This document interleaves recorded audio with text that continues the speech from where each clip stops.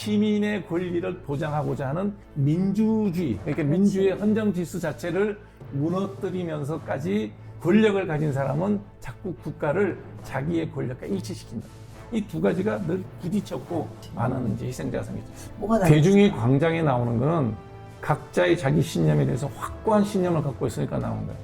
이 역사라는 것이 아무리 삐뚤삐뚤 간다고 해도 가야 되는 방향이라는 게 있는데 이런 의부진적인 일이 왜 생길까? 대한민국 근위 현대사를 리뷰를 해보면 뿌리가 깊은 일이 또 같다.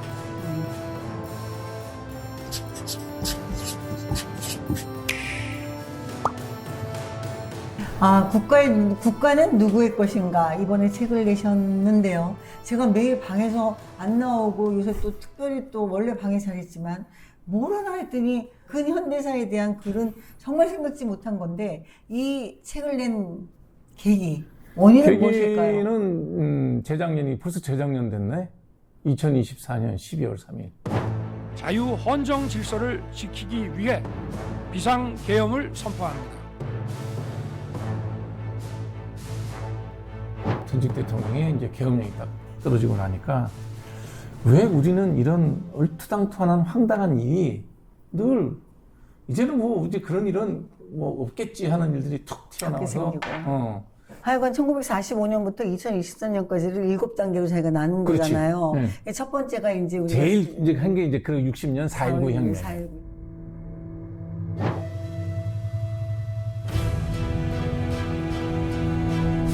네, 4.19 혁명이 일어나서 학생혁명이 일어나면서 그때 3.15 부정선거에서 마산에서 먼저 그래. 3.15 의거가 일어나요. 그때 고등학생, 대학생 다 들고 일어나가지고 그래도, 그게 서울로 올라와서 4.19 혁명이 됐고 그렇지. 이것이 우리나라의 민주주의, 시민의 권리를 보장하고자 하는 민주주의의 시작이 그랬고 국가 권력은 권력을 가진 사람은 자꾸 국가를 자기의 권력과 일치시킨다. 그렇지. 그러니까 그게 독재가 되는 거예요. 그렇지. 이거는 시민이 가지는 권리를 침해한 거다. 그래서 4.19 학생혁명이 일어났고 이승만 대통령이 하야를 하고. 그렇지. 그래서 바로 1960년도에 4.19 혁명이었거든. 근데 61년도에 그래서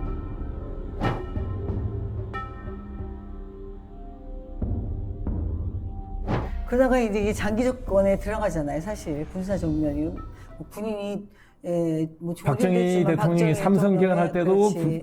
불법적인 거고 그렇지. 동의할 수 없는 그러니까 그렇지. 민주의 헌정 질서 자체를 무너뜨리면서까지 국가를 우선 했다는 거예요. 독재를 했지. 독재를 했는데 여기에 대한 것도 이 유신 체제에 대한 생각도 김범준 박사하고 나온 생각이 좀 달라요. 해석이 다른 거지. 왜냐하면 이때 당시에 그 석유 파동이 벌어져 갖고 석유가 없어 갖고 뭐 차를 운행을 하네 못하네. 그다음에 또 이때 또 닉슨 정부가 들어서 가지고 저기를 해요. 주한 미군 철수한다고. 7사단이 그때 우리나라의 그 서부 지역, 그러니까 그 철원에서 내려오는, 그다음에 해주에서 내려오는 수도권을 바로 들어올 수 있는 그 라인, 6.25 한국전쟁 때 북한군이 제일 먼저 내려왔던 그 길에 미 7사단이 육군이 있었다고. 그걸 빼버렸어요. 근데 우리는 아직까지 뭐 탱크도 못 만들고, 뭐 아무것도 못 만드는, 총단을 못 만드는 나라에서 그러니 이거 이래 갖고는 안 된다. 큰일이다. 그래서 이제 그런 명분, 그 다음에 뭐 중화공업에 대한 투자, 뭐 이런 박정희 대통령이 갖고 있던 한국이라는 나라를 만들어가는 과정 중에 대한 설계를 좀 더 강제력을 갖고 하기 위해서 했던 게 유신체제인데, 당연히 인권, 민주주의는 거리가 생기는 거죠. 그러니까 우리 역사를 두 축으로 봐야 된다는 거예요. 한 축은 개인이나 시민사회단체가 갖고 있는 민주주의에 대한 열망, 그 다음에 또 한 축은 국가 조직을 이용해서 대한민국이라는 나라를 나라의 형태로 만들어 가져야 하는 권력을 가진 사람의 욕망, 이 두 가지가 늘 부딪혔고 우리는 그때마다 어떤 고비를 넘으면서 지금까지 대한민국이 됐는데 어느 날 갑자기 다 어느 정도 된 줄 알았는데 또 계엄령이야.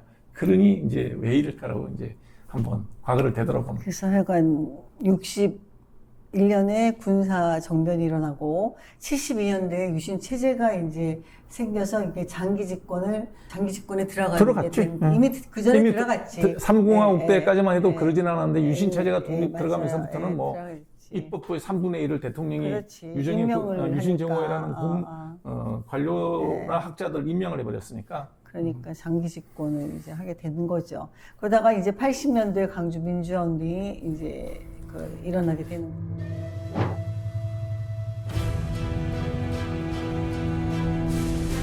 79년 10월 26일 날 이제 중앙정보부장했던 김재규 네, 박정희 대통령 중앙정보부장이 시해, 박정희 대통령을 국정원가에서 이제 시해를 했는데, 그러고 난 다음에 그러면 차근차근 민주화기를 가면 되는데, 그때 혼란스러운 그 틈을 타서 삼김의 정치적인, 그때도 나는 이제 이때부터는 나도 학생이고 언론에 관심이 많고 정치에 관심이 많았을 테니까 왜 상김이 합의한 어떤 임시정부를 출범 안 시키는지, 안 시켰는지, 거기에 대한 거는 지금도 이해할 수가 없어요. 아니 군사정권이 또 자기 권력을 잡고 최규하 총리가 임시 대통령 이제 서리로 일을 하고 있을 때 권한대행을 했었죠. 상김이 합의한 어떤 대안을 만들어야 되는데 상김이 각자 길을 갔다.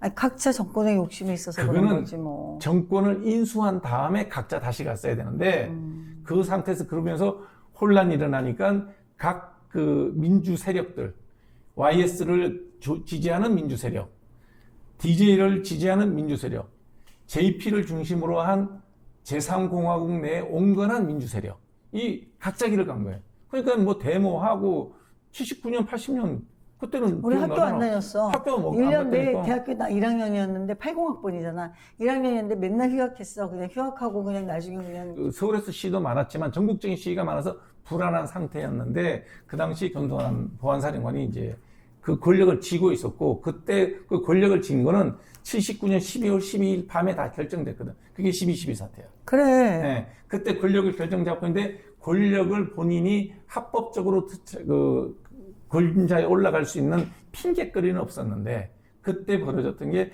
광주 5월 18일 날 광주 민주화 항쟁이 벌어졌었지.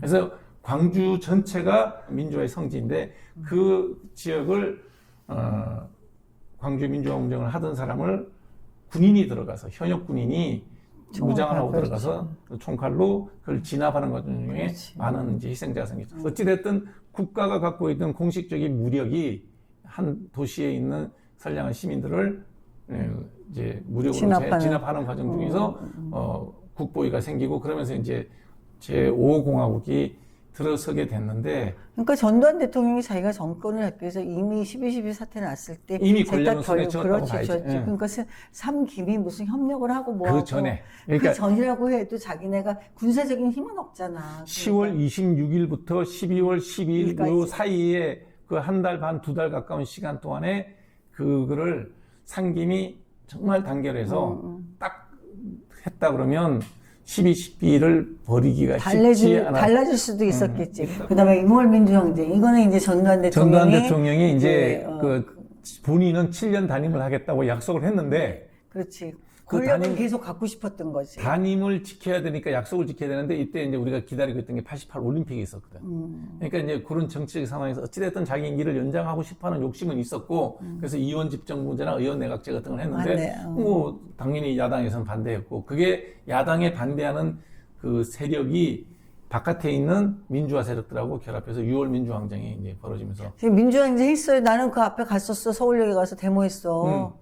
네가 나와서 데모를 해서 정도는 오죽하냐고. 그때가 뭐였냐면 썸머타임을 했다고. 맞아. 썸머타임 했어. 이때가 썸머타임을 해가지고 이제 미국 시간이랑 맞추는 연습을 하느라고 썸머타임을 했기 때문에 해가 되게 길어가지고 9시까지도 해가 떠 있었다고. 네. 그래서 데모 시간도 길어지고, 하여튼 뭐 그런 아니, 별의별 나는 얘기가 다 그때 있어. 전두환 대통령의 성향으로 와서 어떻게든 그 직선제를 안 할 거라고 생각을 했어요. 그래도 근데 밀렸더라고 보니까. 그게 왜 워낙에. 밀렸냐 그러면 여러 가지 때 그게 있는데, 이때도 정군 지휘관 회의를 소집을 해. 전국 사단장을 불러서 계엄 선포에 대한 이 얘기를 했다는 얘기가 있어. 근데 했을 것 같아, 성향으로 봐서. 그런데 중요한 거는 광주 민주화 항쟁을 진압하기 위해서 들어갔던 그 당시에 현역 군인들이 그때 다 사단장이 된 거예요. 중령 대령인 사람들이 다 별둘 사단장이 돼 있는 상황에서 한 얘기인데, 우리는 다시 시민을 상대로 하는 그 피해지는 일은 절대 안 한다. 그러니 해법은 군인을 동원하는 일을 빼고 하라는 게 그 당시에 그 군인들의 요구니까, 쿠데타를 하든 계엄을 하든 뭐 하려면 현역 군인이 움직여야 되는데 그렇지. 움직여야 되는 군인들이 안 움직이겠다고 했던 거는 80년도에 광주에서 흘렸던 피가 그대로 또 반복돼서는 안 된다라는 그게 거지. 있었기 때문에 우리 군인들이 절대 그건 안 한다. 근데 그때 사단장이 되고 한 사람들은 이미 전두환 파라고 봐도 그럼에도 맞잖아. 불구하고 자국민에 대해서 총구를 겨눈다는 게 적군을 향한 게 아니기 때문에 군인은 힘든 거야. 그걸 한 번이라도 이 역사적 배경을 아는 사람이면 2024년도에 계엄령을 한다는 게 이건 턱도 없는 얘기라는 거지. 이거를 아는데 어떻게 해. 그때도 안 됐는데. 그래서 하여간 그때 그래서 이제 내가 옛날 거를 되돌아보자는 거야. 그걸 읽어본 사람이면 그 사람이 현역 대통령이 됐든 뭐 누가 됐든 그런 무례한 짓은 안 한다는 거야. 그래서 87년도에 그 6월 민주항쟁으로 나도 데모를 열심히 많이 나갔었거든. 그래서 그 결과 시민의 그 승리로 처음으로 이제 직선제라는 그 우리나라 정치사에 큰 변화가 있었죠. 일어났던 예, 거예요. 예. 그러다가 이제 2016년, 17년에는 또 대통령 된 다음에 탄핵, 촛불 시민 광장에 나오고 막 이런 거.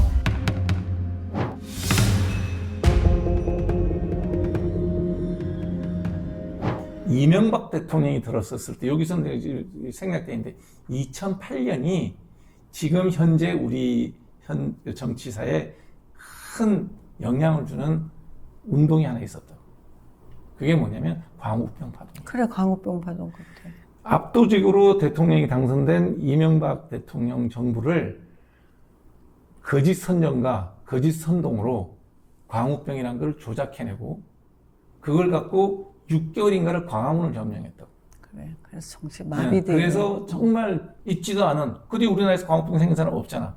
그리고 그 뒤에 이게 시위가 길어지고 엉터리 같은 주장을 계속하니까 과학으로 들이대서 이건 아무 문제 없다는 게 알려지니 그해 8월에 2008년 그해 8월에 자발적으로 그만둬. 무슨 얘기냐면 과학적 근거가 전혀 없고 일방적인 선전선동으로 한 거는 2008년도에는 실패했었어. 근데 그 힘을 제대로 발휘된 게 박근혜 탄핵인 거지.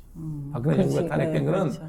세월호 사태를 원활하게 수습을 못하고 그렇지. 그러고 난 다음에 계속 거기에서 밀려가는 과정 중에 뭐가 터졌냐 그러면 이제 미르재단하고 그 부정 그 최순실 사태가 터져버린 거지.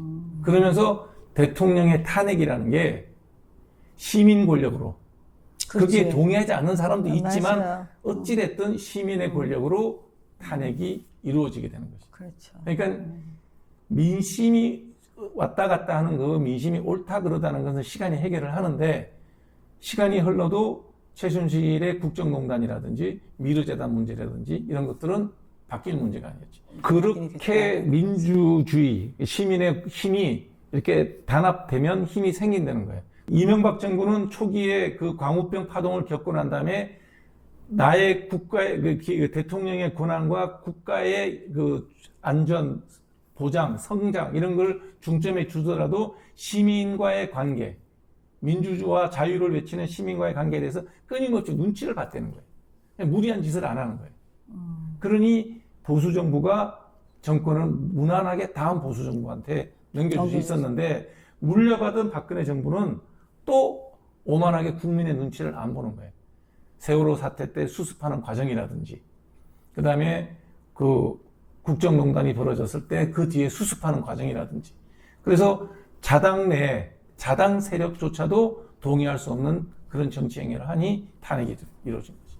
그러니까 결론을 얘기하면 아무리 절대 권력을 가진 것 같아도 권력을 내놓은 야당 세력, 나에 대한 반대 세력에 대한 눈치는 끊임없이 보면서 타협하는 걸 하지 못하면 그 다음은 권력은 폭주하게 되고 그 폭주를 하고 난 다음에 이길 수 있느냐? 방법이 없다는 거예요. 대통령 탄핵이라는 게 한 번 하기도 역사에서 한 번 일어나기도 쉽지 않은데 2024년도에 또 계엄을 함으로써 우리가 탄핵이라는 걸 또 한 번 맛을 보게 됐는데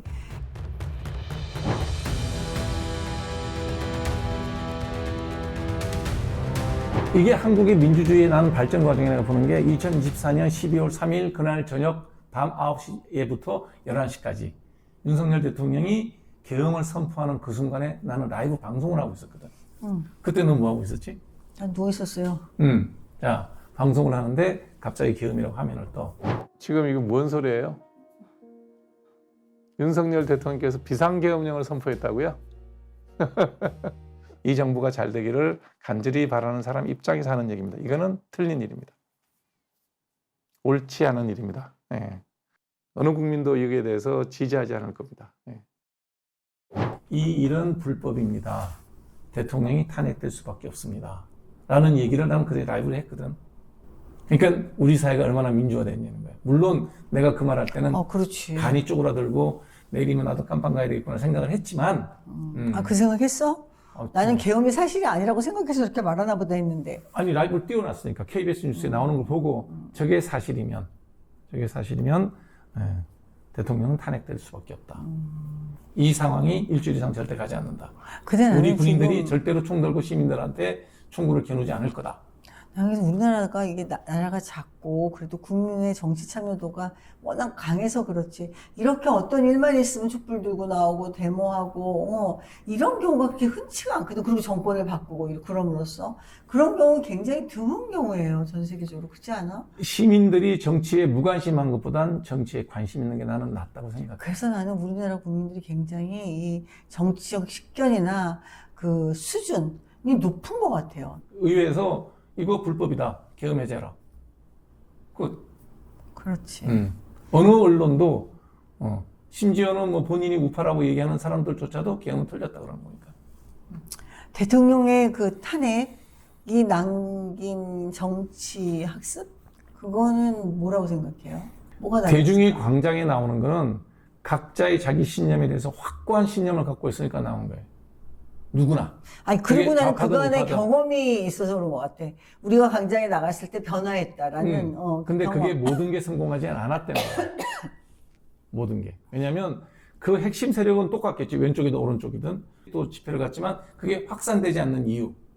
그거는 합리적으로 저 주장에 동의할 수 없다는 사람이 다수니까 새가 불지를 않고 2008년 광우병 파동이 실패한 거나 소란은 일으킬 수 있지만 대세를 바꾸지는 못해. 근데 2016년 탄핵은 왜 성공했느냐? 명백하게 최순실 사태가 터졌다는 거예요. 그렇지. 예. 명백한 증거가 있으면 그거는 이제 성공을 하는 거죠. 이게 역사라는 것이 아무리 삐뚤삐뚤 간다 그래도 가야 되는 방향이라는 게 있는데 이런 후진적인 일이 왜 생길까? 이거는 분명히 뭔가가 좀 우리가 대한민국 근현대사를 리뷰를 해보면 뿌리가 깊은 일일 것 같다. 라는 생각을 가지고 이걸 어떻게 내가 다 써. 그러니까 이제 정치학 박사인데 후배 김범준 박사 불러가지고 둘이서 이런 얘기 저런 얘기 하면서 이제 책을 쓰게 됐지.